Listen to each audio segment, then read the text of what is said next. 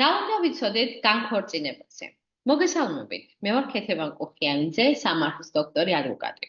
საზოგადოებაში გააზრდილი ინტერესი და გაუმნარე მსურს მოცემული საკითხი განვიხილოთ თქვენთან ერთად.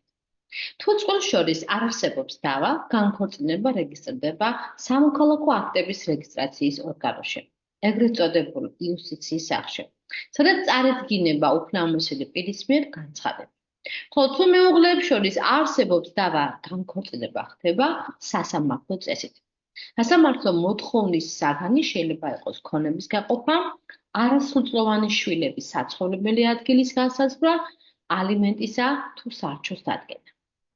სასამართლო ყველა ზომას იღებს მეუღლეთა შესარგებლად, მას შეუძლია გადადოს კიდეც საქმის განხილვა და დაუნიშნოს მეუღლეებს ვადა შესარიგებლად, რომელიც არ უნდა აღემატებოდეს 6 თვეს. მეუღლეთა მიერ ქორწინების განმავლობაში შეძენილი ქონება წარმოადგენს მათ საერთო ქონებას, თუ მათ შორის საქორწინო ხელშეკრულებით სხვა რამ არ არის გათვალისწინებული. ასეთ ქონებაზე მეუღლეთა თანასაკუთრების უფლება წარმოეშვება მაშინაც, თუ ერთ-ერთი მეუღლე მათგანი მაგალითად ეწეოდა საოჯახო მეურნეობას, უვლიდა შვილებს, ან სხვა საპატიო მიზეზის გამო არ ჰქონია დამოუკიდებელი შემოსავალი.